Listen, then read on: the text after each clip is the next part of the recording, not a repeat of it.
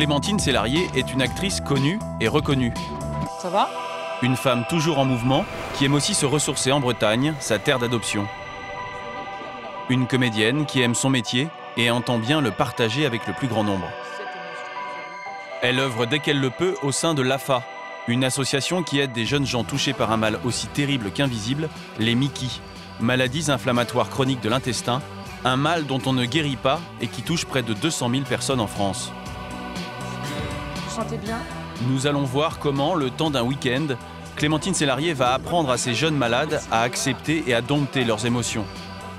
Une actrice pour qui le théâtre, c'est la vie, voire une thérapie. Le théâtre m'aide parfois beaucoup à vivre. Il me donne la certitude qu'il y a un autre monde, celui qu'on invente, celui qu'on projette, et que chacun peut faire exister si on lui en donne les clés. Et j'ai le sentiment profond que nous sommes tous des créateurs qui s'ignorent. Il suffit d'approcher cet autre monde que nous avons tous en nous par le jeu, par le don de soi, par les échanges, et alors il s'ouvre à nous et nous donne un nouveau souffle.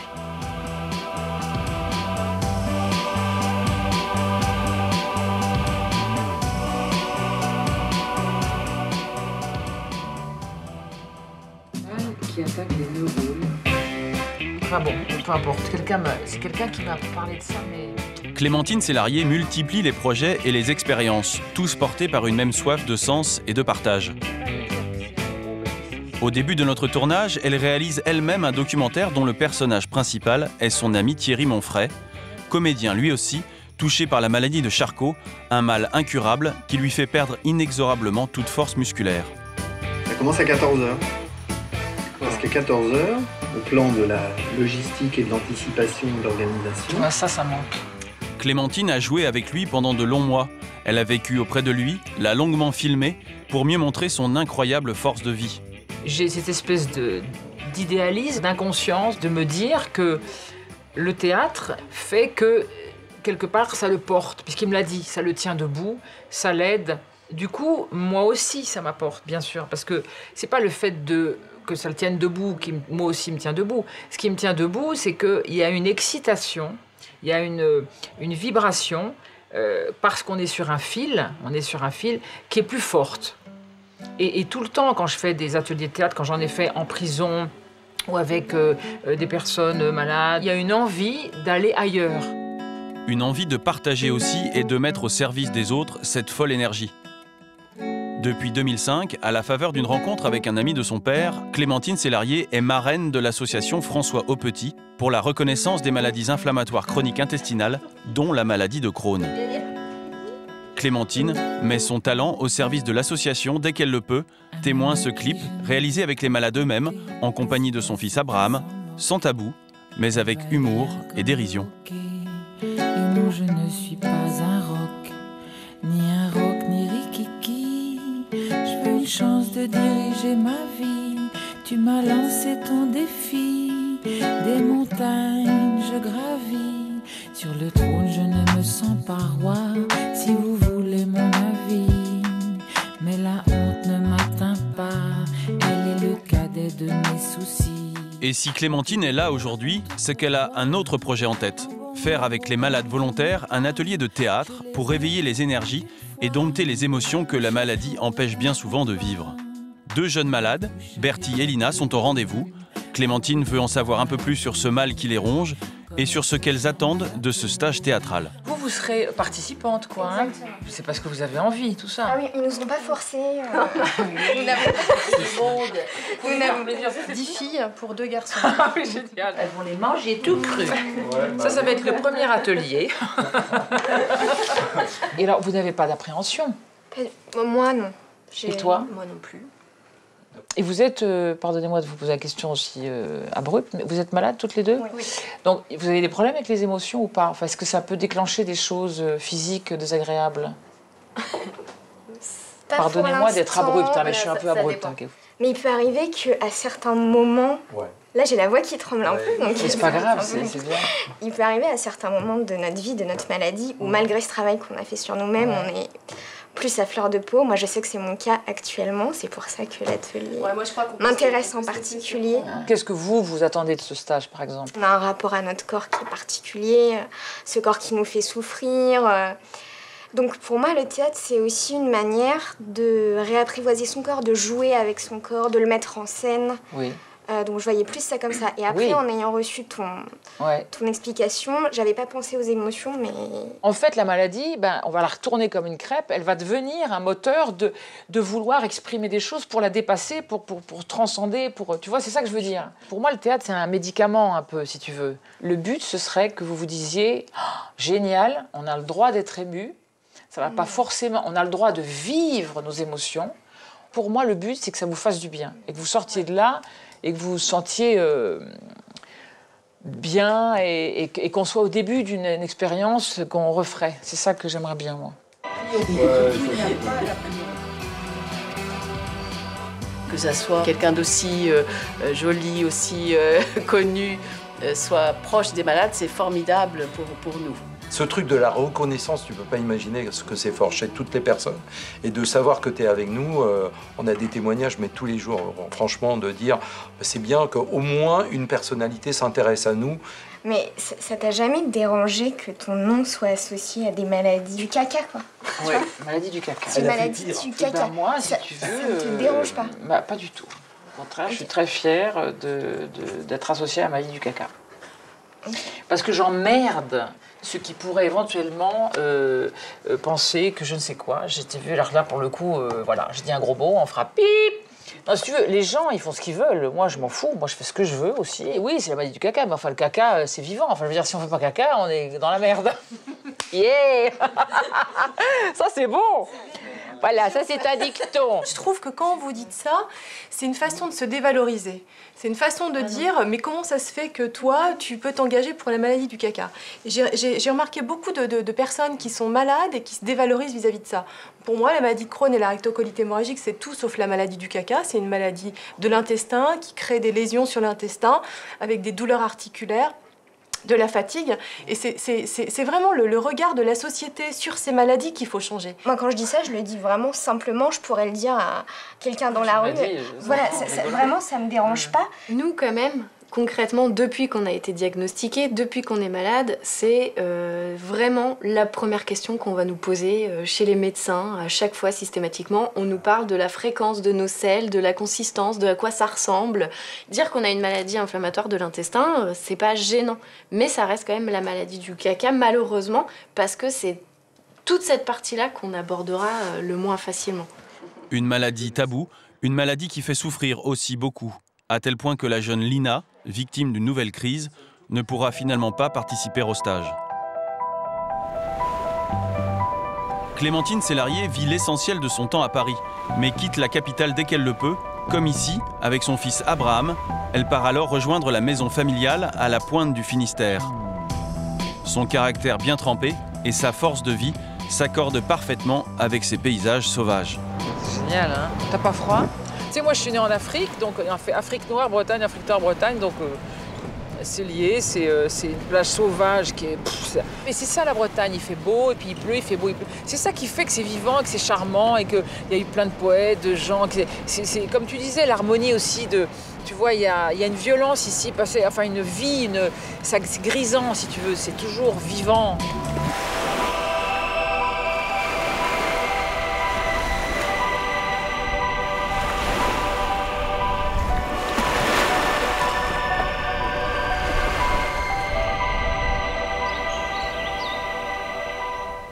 Mes parents ont acheté une maison il y a 50 ans, je pense. Ils nous ont vraiment fabriqué un paradis, quoi. On a beaucoup de chance, vraiment. Et je suis attachée parce que les gens sont simples, c'est simple. Ici, c'est comme beaucoup d'endroits en France, hein. Il y a beaucoup d'endroits comme ça chaleureux où il y a une simplicité qui, pour moi, c'est essentiel.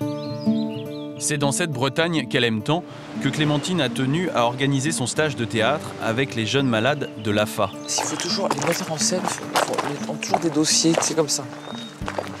Puis se mettre les mains dans les cheveux, comme ça. Non, mais je te jure. Dans ce centre social, situé non loin de Saint-Malo, une douzaine de volontaires a fait le déplacement pour participer à ce week-end théâtral. Le but est simple, prendre plaisir et apprendre à accepter ses émotions, source de crises intestinales parfois très douloureuses. Hélène. Salut Hélène. Quand t'es atteint d'une maladie chronique, t'as des émotions que t'enfouis, quoi, fatalement. Et en termes de gestion de nos émotions, on est un peu bancal.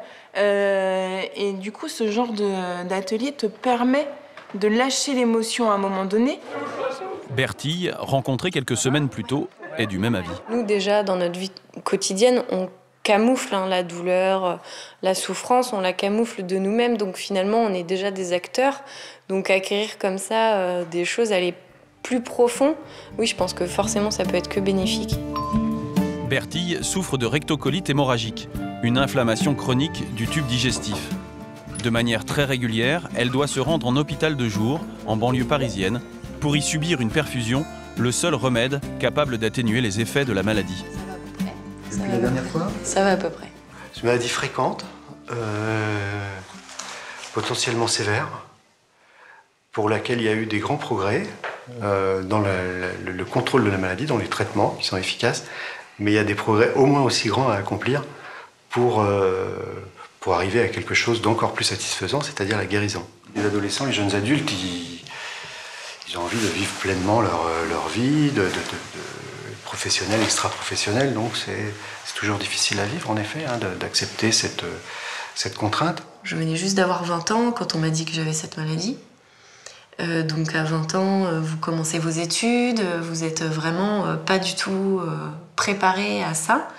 Donc on vous annonce de manière malheureusement souvent brutale que vous avez une maladie, qu'elle ne se guérit pas, donc vous l'aurez toute votre vie. Et en plus, c'est une maladie chronique. Je me soigne, j'essaye de faire attention dans ma vie de tous les jours aussi, d'avoir une bonne hygiène de vie. Et tout ça ne garantit pas pourtant d'aller bien. Donc c'est aussi, il y a un côté très injuste. L'infirmière va bien vous voir. Hein. Merci.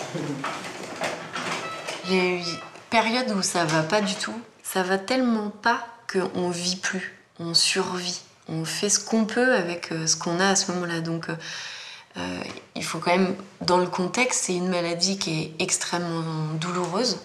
Donc c'est des douleurs qui sont épouvantables. En fait, concrètement, c'est comme si vous étiez brûlé vif à l'intérieur des intestins et qu'on vous jetait de l'huile finalement sur le feu sans arrêt. Donc à chaque fois que vous mangez, à chaque fois que vous buvez, à chaque fois que vous bougez, puisque vous avez tous vos intestins à l'intérieur, vous êtes brûlé de l'intérieur finalement.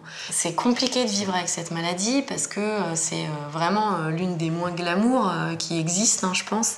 Vous vous baladez avec des gros sacs, heureusement là c'est l'avantage d'être une fille, mais dedans il n'y a pas que des trucs de filles, il y a aussi des protections, un change complet parce que finalement vous pouvez être malade en plein milieu de la rue, vous ne pourrez pas vous retenir et ça, c'est vraiment à ça que moi j'ai eu le plus de mal.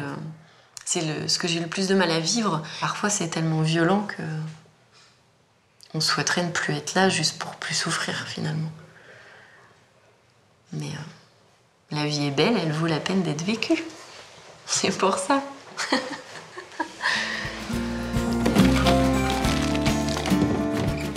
Ce jour-là, Bertille reçoit pendant plus de 4 heures le médicament qui permet de repousser les crises dues à la maladie. Un traitement prenant et fatigant, à renouveler tous les 2 mois, mais qui porte cependant ses fruits. J'essaie toujours de positiver, de me dire que j'ai de la chance, et dans les faits, c'est vrai, puisque là, le traitement fonctionne, j'ai pas été opérée, j'ai des amis, j'ai ma famille, j'ai une belle vie quand même, et voilà. Espérons que ça continue comme ça le plus longtemps possible, c'est ce qu'on se dit, tout le temps. Et donc on profite.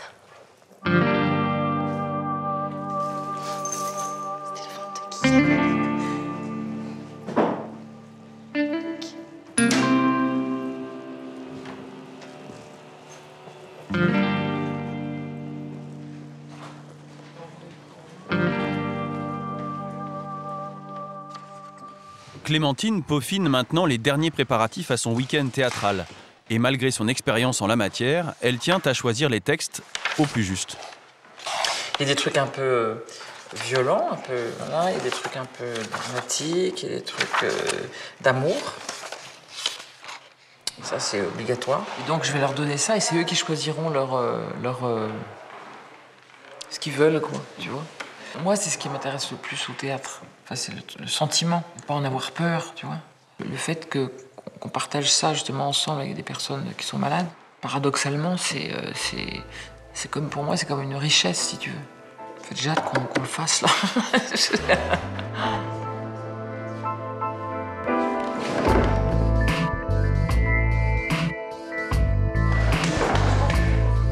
Voilà, bah c'est quand ils veulent. Hein.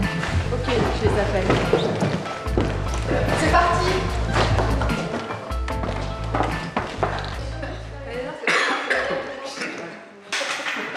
Est-ce que, avant de parler de ce qu'on va faire, est-ce que vous avez le trac? Moi aussi je l'ai, donc comme ça peut vous rassurer. Donc c'est bien, on a tous le trac. Et c'est une sensation qui est agréable ou qui n'est pas agréable? Agréable. Mitigée. Mitigée. Toutes les émotions qui viennent, puisque c'est là-dessus qu'on va travailler un peu, elles sont bonnes. Enfin, je veux dire, on a le droit de rire, évidemment. On a le droit de pleurer aussi, on a le droit d'être en colère, on a le droit de... voilà, c'est normal. Enfin, je veux dire, on est dans un univers qu'on se crée, et on a tous les droits, quoi. On va partir sur la joie. Voilà, on va pas partir sur la tristesse. Donc je me tais, et celui qui veut commencer, il le fait. Bah, aujourd'hui, en fait, donc j'avais beaucoup d'appréhension pour venir ici, parce que je connaissais justement pas tout le monde, donc c'est ce qui me faisait peur. Et en arrivant à la gare, j'ai dit un peu bonjour à tout le monde et tout. Et puis en fait, dans le train, j'ai fait connaissance avec Khadija. J'ai revu Soraya, qui en peu de temps m'ont apporté ce sourire que j'avais perdu depuis quelques temps. Donc c'est vrai ce que tu racontes. Oui, bien sûr. Oui. Tu as perdu ton sourire. C'est ça. Moi, mon plus gros bonheur, c'est quand j'ai eu ma fille. Voilà. Parce que 4 ans auparavant, j'ai eu un petit garçon qui est décédé. Donc en fait, c'est un mélange de grande tristesse et puis je vais pleurer maintenant. Et après quand j'ai eu ma fille, quand je l'ai eu dans mes bras, ça a été pour moi le plus grand moment. Après 4 ans de...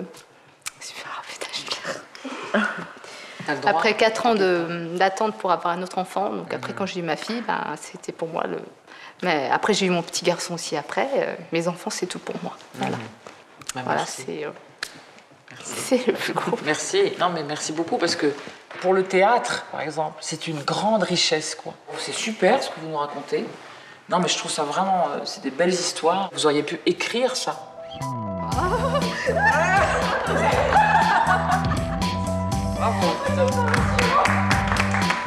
Ce petit atelier ludique permet de travailler sur le lâcher-prise et donne à chacun l'occasion de faire connaissance avec l'autre et de lui faire une confiance aveugle. Putain, c'est incroyable, comme vous le faites facilement. Je vous remercie de votre confiance d'ailleurs. Hein. Bravo.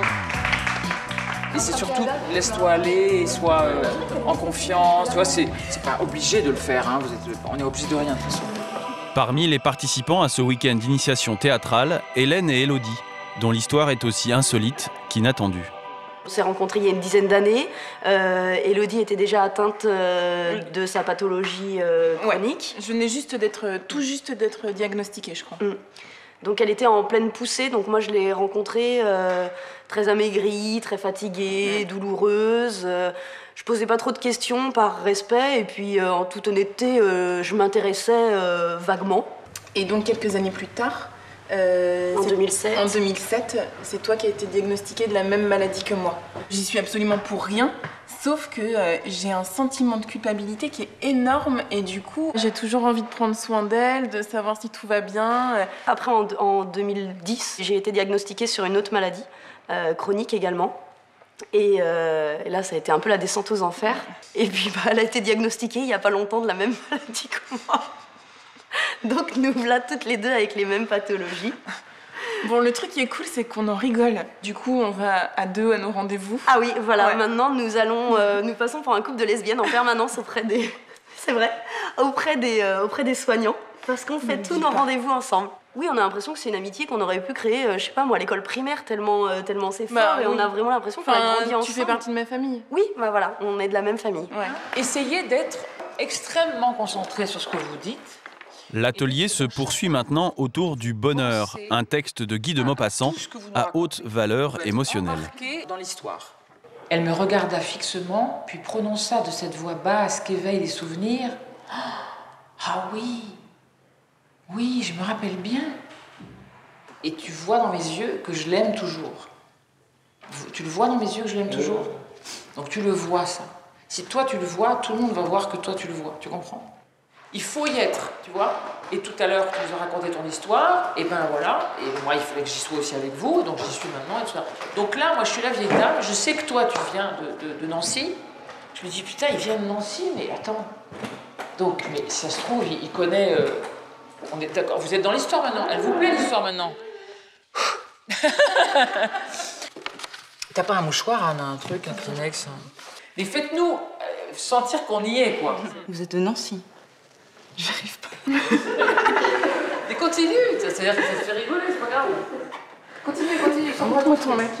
Servez-vous de votre truc, de votre rire. Servez-vous, continuez. Alors, vous connaissez du monde à Nancy? Presque tout le monde.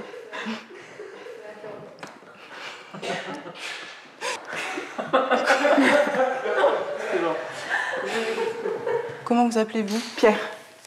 Pierre. Je me rappelle bien. Les Brisemar, qu'est-ce qu'ils sont devenus? Morts. Tous morts. Si ça vous arrive, il faut vous en servir.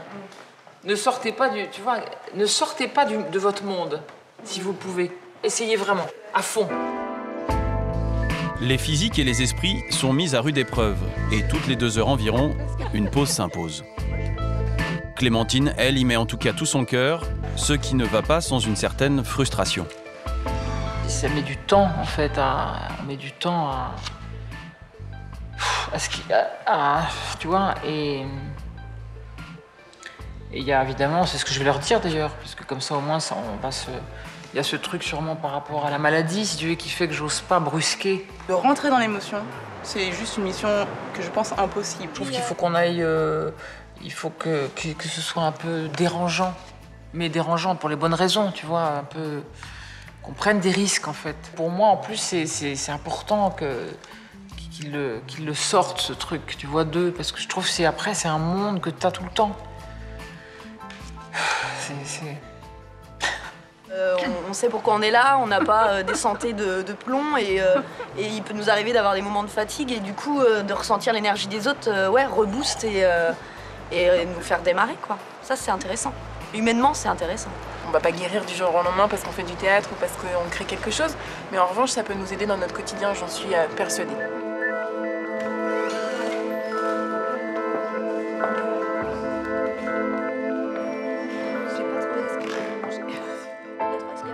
Alors on va faire une impro, on va faire 2 femmes ou 2 hommes ivres et qui parlent de leur vie amoureuse. Pour ça évidemment il faut que vous vous risquiez dans l'aventure du truc, du rôle, de l'impro, de la situation. Il faut vraiment y aller quoi, il faut vraiment se brusquer en fait. Alors le truc c'est que évidemment par rapport au contexte de votre maladie, de la maladie, moi je n'ose pas trop vous brusquer. Donc c'est à vous surtout à me dire... ça va pas, je suis fatiguée ou tout ça. On va essayer d'utiliser tout ça. Il faut que vous soyez dans la situation. C'est indispensable. Sinon, on va rester dans l'anecdote. Tu vois, dans le fait qu'on fait des jeux comme les jeux de métier, les trucs, tu sais, les trucs de jeux de rôle. Il faut qu'on soit dans un truc fort, qu'on se dise où. C'est où, Mimi?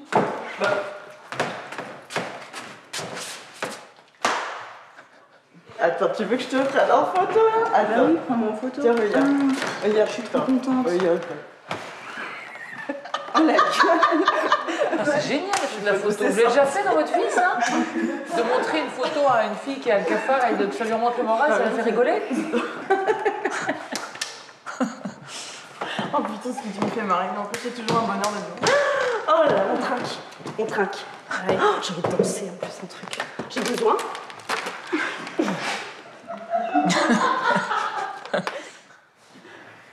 Mais tu te vois là? Tu te vois? Dans tes lunettes. Mais moi, j'ai pas le cœur à plaisanter là. J'ai pas le cœur à plaisanter. Moi non plus. Ah bon, c'est vrai, tu tiens droit là? Non. Alors, si tu fais... Alors, si je serais rentrée, je serais rentrée comment? Allez, installe-toi. Boire au conduit, il faut choisir.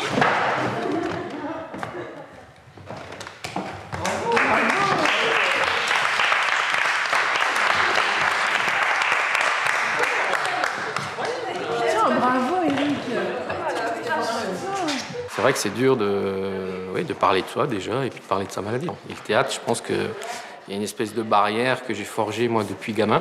C'est vrai que moi, ma mère était en pleurs quand on ne savait pas mettre un nom sur ma maladie. Donc en fait, moi, je me suis intériorisé, j'en ai pas parlé. Et puis finalement, voilà, je me suis forgé en fait cette carapace. Et puis maintenant, ça fait 35 ans, donc c'est vrai que la carapace, pour l'enlever, c'est pas facile, quoi. Donc c'est vrai que les émotions, je pense, j'ai du mal à les faire passer. Donc c'est là-dessus peut-être que, oui, je vais peut-être m'améliorer. Mais après, briser la carapace, je pense pas y arriver. C'est bien parce que vous avancez, en fait, là. Vous êtes en train d'aller de plus en plus loin et je suis bien contente parce qu'en plus, super. À 20 ans, on danse. À 40 ans, on danse plus. Ah, moi, voyons. Bah, parce que...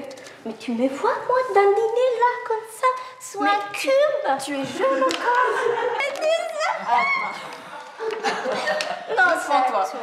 Si vous vous laissez vraiment envahir par la situation, vous oubliez tout, enfin le réel, je veux dire, pas le concret, le réel. Donc vous partez comme là, nous on est partis avec toi. Merci, c'était super. C'est gentil. Merci à vous.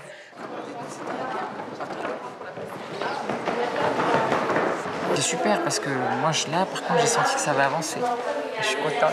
Puis c'est chouette de voir quand on s'amuse, tu vois, quand on rigole tous et tout ça, c'est super, quoi. On a passé une super journée. Tant mieux, tant mieux. Elle n'est pas finie. Oui, je n'ai pas fini, ça se continue.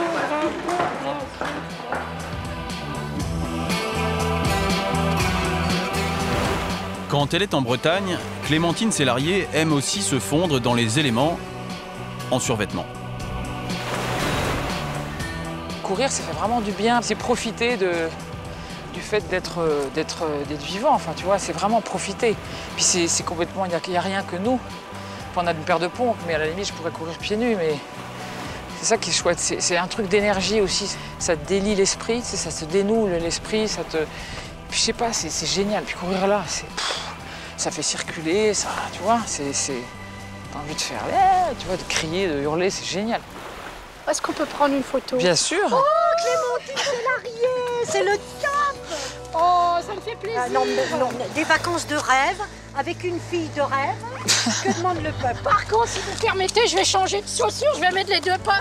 Oh, bah c'est pas mal comme ça. Bretonne et pure beurre. Hein. Oh, écoute, un amour de fille. C'est gentil. Alors, on est bretonne, on n'est pas bien en Bretagne. Bon, allez, discute pas, ils sont pressés, Béatrice, c'est ma sœur. Prenez-la avec Clémentine. Non, prenez le plus beau. Prenez le plus beau, hein. C'est-à-dire Clémentine, mais moi quand même. Hein. Béatrice et qui? Véronique. Deux sœurs. Clémentine, continuez comme ça. Merci à vous. Allez, merci hein. Et vous aussi prenez soin de vous. Ah oui, on le fait. Merci hein. Merci. Au revoir. Au revoir, merci. Au revoir. Ils sont géniaux. Au revoir. Au revoir. Kenavo. Oui, Kenavo, ouais.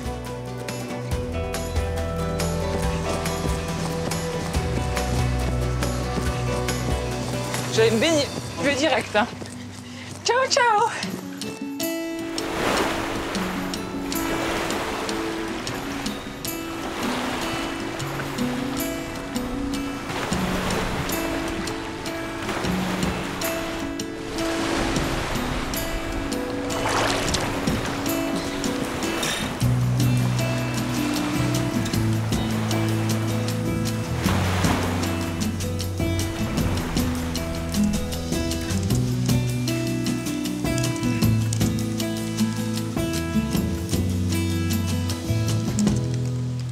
Je suis un peu obsédée par le fait de créer quand même, de fabriquer.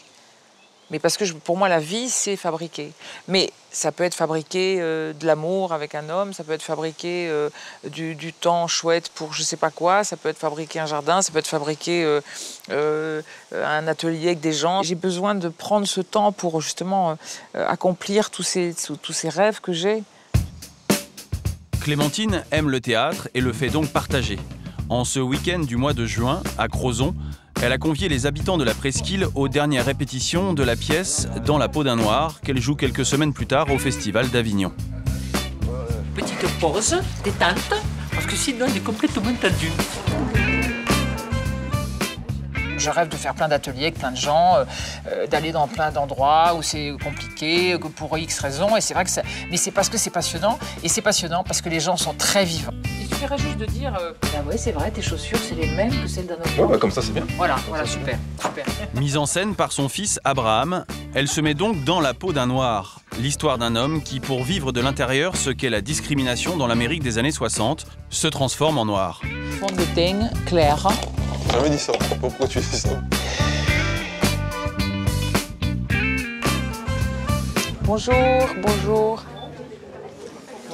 Je me maquille en homme, hein. Comme je suis un peu blonde, je peux pas faire tout en même temps. Je vais un peu arrêter de parler. Je joue un homme, donc, qui est un homme blanc, américain, qui s'appelait John Howard Griffin, et qui ensuite, donc, s'est transformé en noir. Et il faut que les deux transformations soient vraiment crédibles, quoi.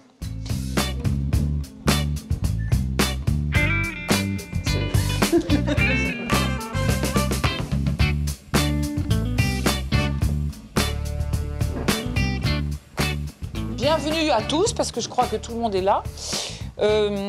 Merci d'être venus à cette expérience qui est tout à fait nouvelle pour moi et pour Abraham, et pour vous peut-être aussi. Ce spectacle, Dans la peau d'un noir, est donc l'adaptation théâtrale du récit de John Howard Griffin, qui a été un journaliste pendant les années 60, qui était blanc et qui était très préoccupé, écrivain, et qui était extrêmement préoccupé par les questions raciales. Et cet homme s'est dit, la seule façon pour moi de savoir ce que c'est qu'être un homme noir, c'est d'être moi-même noir. J'ai découvert le livre ici, c'est ma maman et mon papa qui sont ici ce soir, qui m'ont fait découvrir ce livre, ici même d'ailleurs, quand j'avais 14 ans. Donc on va vous faire des morceaux du spectacle, on va travailler, c'est-à-dire que vous allez voir ce que c'est que de perdre la mémoire. Et surtout, vous n'hésitez pas à intervenir si vous avez envie, de poser une question, on est là ensemble pour une fois qu'on fait... Vous voyez ce que je veux dire, un spectacle où on est tous, en fait, on est tous un peu acteurs. Je vous demanderai pas, je dirais, bah, vous, venez ici. Non, je ne vais pas faire ça, l'horreur. Mais je veux dire, voilà, c'est simplement que, vraiment, c'est un échange. Donc, on va discuter de tout ça. Si un blanc se transformait en noir, qu'adviendrait-il de sa condition? Qu'est-ce qu'on éprouve lorsqu'on est l'objet d'une discrimination fondée uniquement sur la couleur de sa peau? La seule façon possible, me semble-t-il, de combler ce gouffre qui existait entre nous était de devenir moi-même un noir.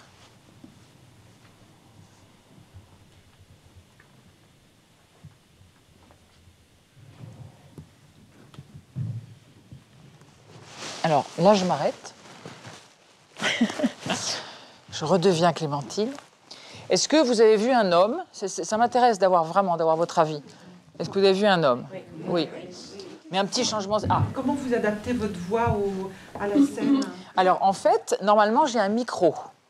J'ai un petit micro-cravate qui m'aide justement à parler comme ça, c'est-à-dire à être plutôt dans les graves et ne pas porter... Parce que c'est difficile de parler dans les graves comme ça. Enfin, en fait, c'est pas difficile, c'est difficile pour une femme. Le fait de rester statique? Oui. Est-ce que c'est voulu? Oui, c'est la lumière qui fait que ça change. Moi, en vrai, je baisse pas la tête dans le spectacle. Là, je le fais pour vous signifier qu'on fait une ellipse, quoi.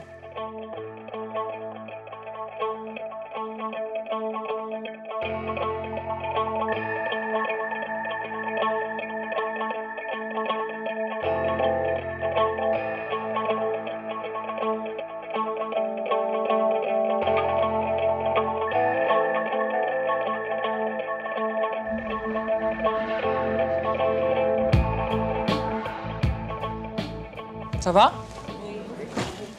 Vous y croyez? Je suis un noir de fraîche date qui doit vivre dans un univers qui lui est étranger. Je viens de naître, déjà vieux, à minuit, pour être jeté dans une vie nouvelle. Comment un tel homme doit-il se comporter? Où va-t-il trouver de la nourriture, de l'eau, un lit? Je dois commencer mon aventure. Bon, donc voilà. Changez rien, c'est bon. C'est bien. Comment? Changez rien, c'est bon. Merci.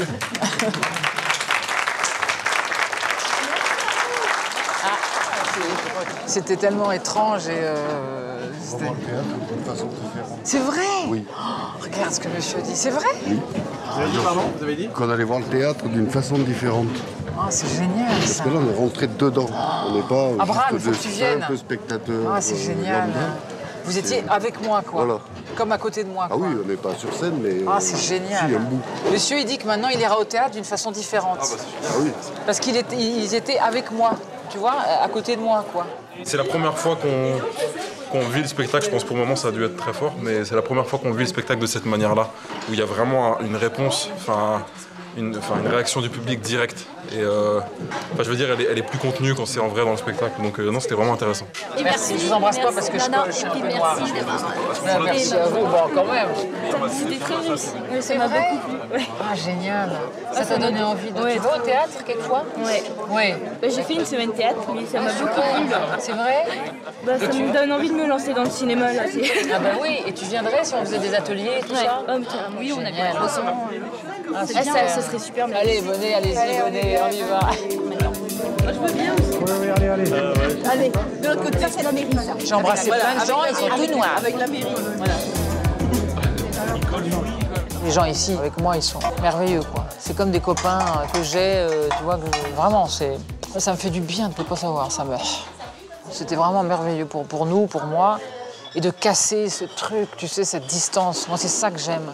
Mais tout en faisant quand même un peu, quelquefois, du rêve, mais quand même en revenant, puis en repartant, tu vois. C'est vraiment chouette. Retour à Dinard et l'atelier théâtre. Au programme de ce deuxième et dernier jour d'initiation, encore et toujours, de l'émotion. On va commencer par le sentiment de la rage. Personne ne se juge, il n'y a pas de problème d'ego. On n'est pas là pour raconter des trucs extraordinaires, on est là pour raconter des choses simples et banales d'une façon extraordinaire parce que c'est la nôtre, quoi. Je suis vraiment fâchée de ne pas pouvoir manger sans avoir mal. Là, j'ai pris un petit déjeuner et je me retrouve avec maman sur le ventre. Et ça fait 30 ans que plus de 30 ans que ça dure. Et ça, je n'ai ras la casquette. C'est une rage parce que tu te dis, mais putain, pourquoi j'ai mangé ça? Pourquoi? Alors que j'adore ça. La colère, c'est difficile pour moi. C'est très difficile pour moi à exprimer. C'est quelque chose que j'ai au quotidien et que je cache en permanence. Et oui, parce que tous les jours, quand je me lève, je suis énervée après ma maladie, par exemple. Donc même quand je suis énervée après quelqu'un, je vais partir, dans un premier temps, pour ne pas lui exploser à la tronche. Parce que je peux être hystérique. Donc du coup, je ne montre pas ma colère. Donc merci, parce que tu l'as exprimé quand même. En fait, tu l'as dit quand même. C'est bien, c'est juste de l'exprimer, parce qu'on est dans un atelier de théâtre. Sur scène, c'est un cadeau que vous faites aux gens, d'exprimer ça. Et c'est pas évident du tout de jouer la colère. C'est comme les fous rires, c'est comme faire rire, c'est comme... Enfin, tu vois, c'est des sentiments forts, quoi. Il faut que ce soit profond. On va tous se lever en même temps, et chacun, on a une attitude qui exprime la colère. Quand vous voulez. Barbara, tu veux faire l'exercice avec nous? Viens. On y va, quand vous voulez.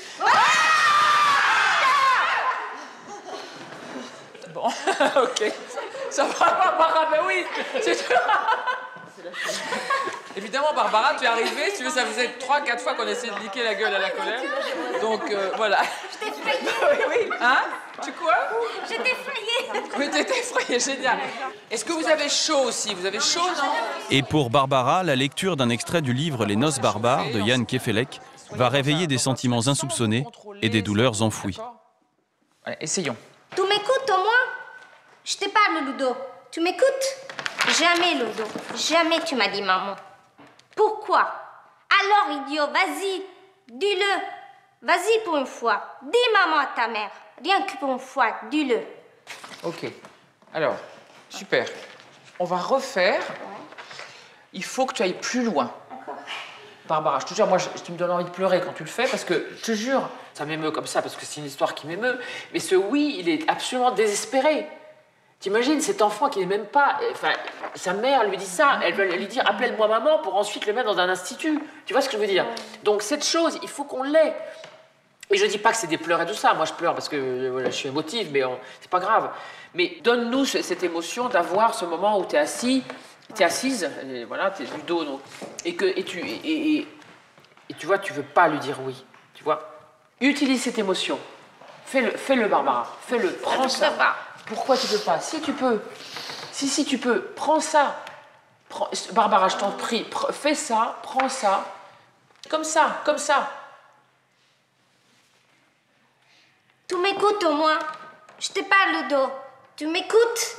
Quand on est poli, on dit oui, maman. Qu'est-ce que t'attends? Dis maman, Ludo.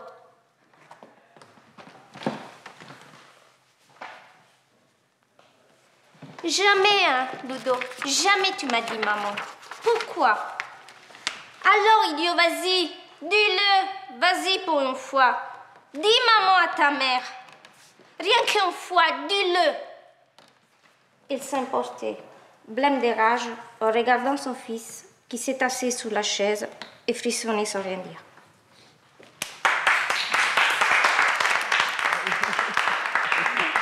Alors, dis-moi, qu'est-ce qui s'est passé en fait? J'ai choisi ce texte, Ouais. hier soir j'ai lu tout. En fait, c'est pas pour les mêmes raisons. Oui. Parce que c'est pas l'enfant du viol. Oui. C'est l'enfant que j'aurai jamais. D'accord, ok. Et donc, Alors. personne, on peut m'appeler tata, tati, dia, prodia, tout D'accord. ce qu'on veut, mais D'accord. jamais quelqu'un m'appellera maman. D'accord. C'est Alors, dur. D'accord. Cette tristesse que tu as, tu peux l'utiliser. Quel voyage ils veulent, les gens? Ton voyage à toi. Tu vois, regarde, tout le monde pleure.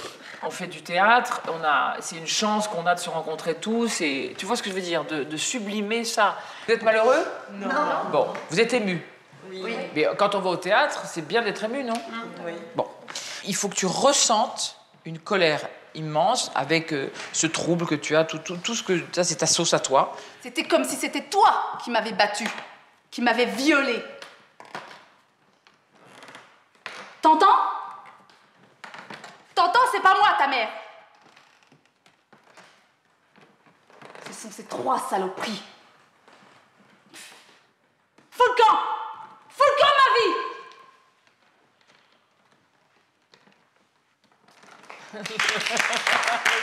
Elle rit,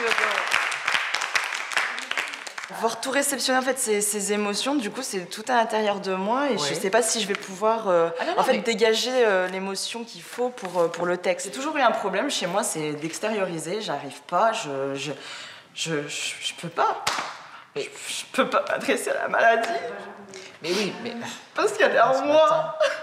D'accord, ben là tu le fais, là. J'y arrive pas.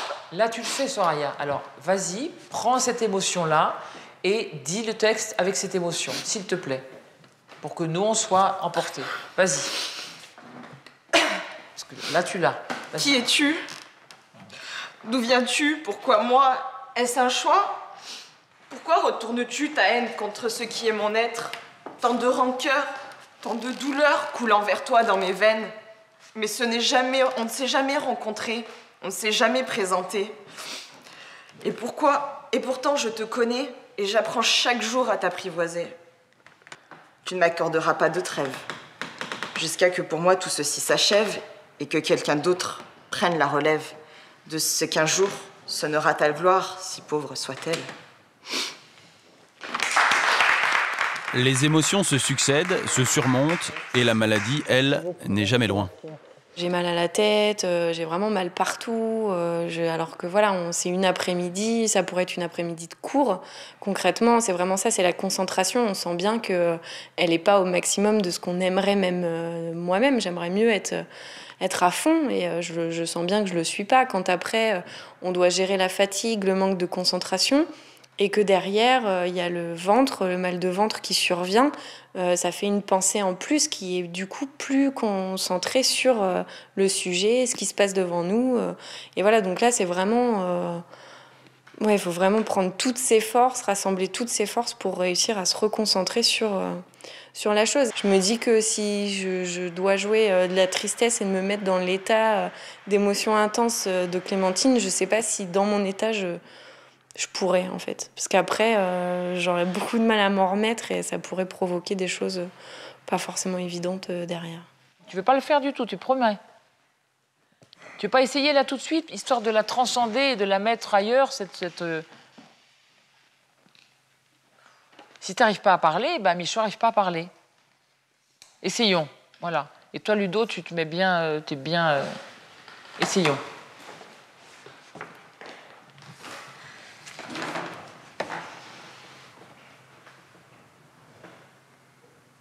Et c'est quoi là-bas où je vais? C'est pas sûr. Mais comme qui dirait, c'est un centre. Un centre avec des enfants. Mais moi, je suis pas un enfant. Ça non, pas toi. Toi, t'es déjà un grand poulain. C'est les autres. Merci, merci, merci, merci, merci. Merci, c'est super. Non, mais vraiment, merci. Et puis, voilà, et tu l'as fait, et c'est magnifique parce que c'est suspendu. Donc, on va faire une petite pause, comme ça. On va respirer. Je suis morte. Ouais, vidée. Ouais, c'est vrai, vidée, fatiguée. C'est complètement l'inverse de ce que je fais au quotidien. Je cache complètement le masque. Donc ouais, c'est hyper difficile. On boit un coup?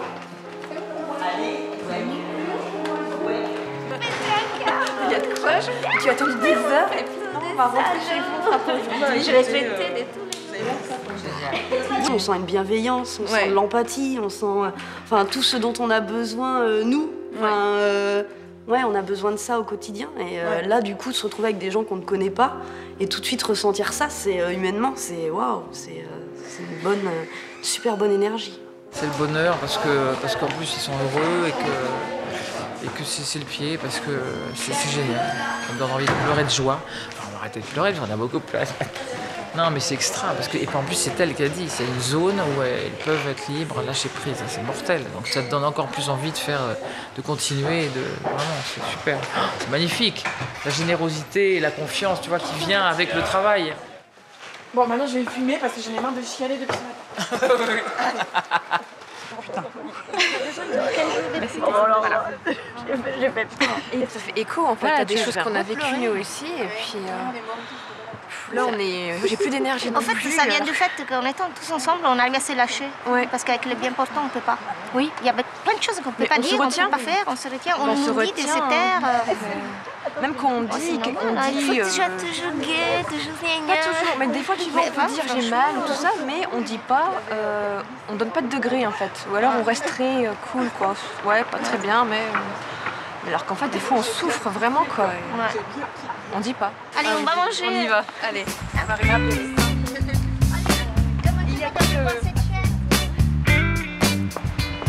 Je voulais juste vous dire que vraiment, vous me rendez extrêmement heureuse. J'ai pas encore pleuré parce qu'on a, je crois, on a fait beaucoup, on a fait que ça ce matin. J'espère que vous aussi vous êtes heureux. Oui. Voilà, bon, vous n'allez pas me dire non. Bon. Mais en tout cas, j'espère que ça vous fait du bien. Enfin, c'est le but. Ce que je souhaite vraiment du fond du cœur, c'est que on continue cet atelier. Moi, pour moi, on a un lien. Ça me rend heureuse, quoi. Mais vraiment, ça me rend heureuse. Et parce qu'il y a une vérité, quoi. Il y a un truc qui est... Et que c'est le début de quelque chose. Donc, merci, bravo. Un grand merci. Alors, non seulement, je crois, au nom de tous ceux qui sont ici présents, qui vont te le dire du fond du cœur, mais aussi quand même d'accepter d'être la marraine de l'AFA. Et ça, je crois qu'au-delà de ce petit groupe, tu représentes quelque chose d'extraordinaire pour tous les malades, pas seulement pour 10, depuis plusieurs années, pour les 200 000 malades qui ont tous une vie différente. Et ça, je voudrais le dire, parce qu'il n'y a pas un malade, il n'y a pas une Bertie, une Christelle, il y en a qui vont très bien, c'est pas la même maladie, il y en a qui vont moins bien, et tu représentes cette reconnaissance par rapport à tous ces malades, c'est extraordinaire ce que tu leur apportes, et vraiment... un grand merci. Merci.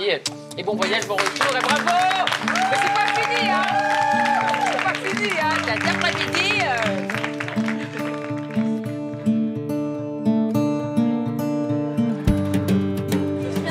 On va faire une photo perso avec Clémentine. C'était génial. Merci à vous. C'est vrai, vraiment. Mais ah ouais, sincèrement. Tu verras sur les beaucoup. films, on se sent bien. C'est vrai, ouais. C'est cool. Bien, et on repart. Octobre. Non, Salut les filles. Merci encore Clémentine. De rien.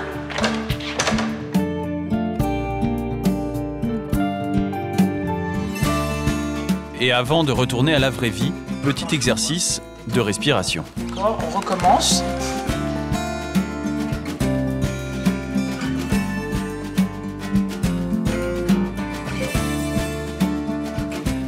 C'est la bande de gourous. Continuez, voilà. Mais attention, voilà, continuez. Continuez. Tout doucement. Maintenant vous dites oh vénérable. Non, je rigole.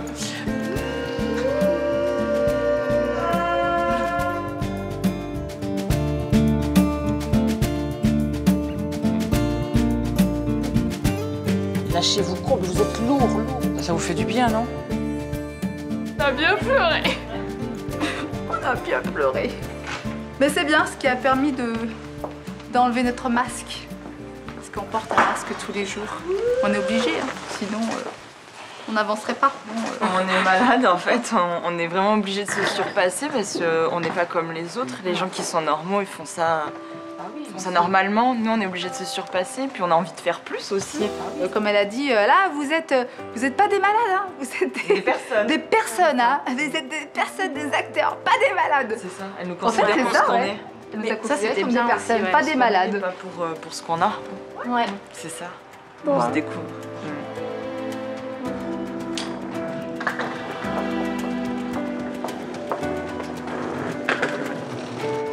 Maintenant, on est liés. Hein. Ah non, mais en septembre, on fait un autre stage en septembre. Vous apprenez par cœur les textes. Hein.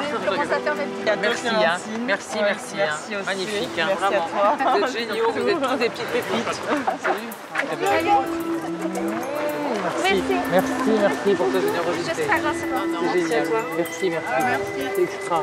On a fait un sacré voyage. Hein. Ouais. Oui. Vraiment. Oui, vraiment. Bertille, Eric, Élodie et tous les autres auront donc appris à vivre leurs émotions et vécu un week-end d'une rare intensité. Le théâtre est un remède, un outil de joie, de larmes et de bonne humeur, une note pleine d'espoir qui restera à jamais dans le cœur de ces jeunes gens, pleins de vie malgré la maladie. J'ai l'impression d'être plus vivante maintenant que quand je suis arrivée. Moi, je pense que le théâtre, c'est vraiment un truc magique. Et ce qui est génial, c'est que tu sens qu'il y a un lien qui se tisse, tu vois. Tu sens que ça... Et là, on est soudés, tu sais, mais je te jure, hein, c'est pour la vie, quoi.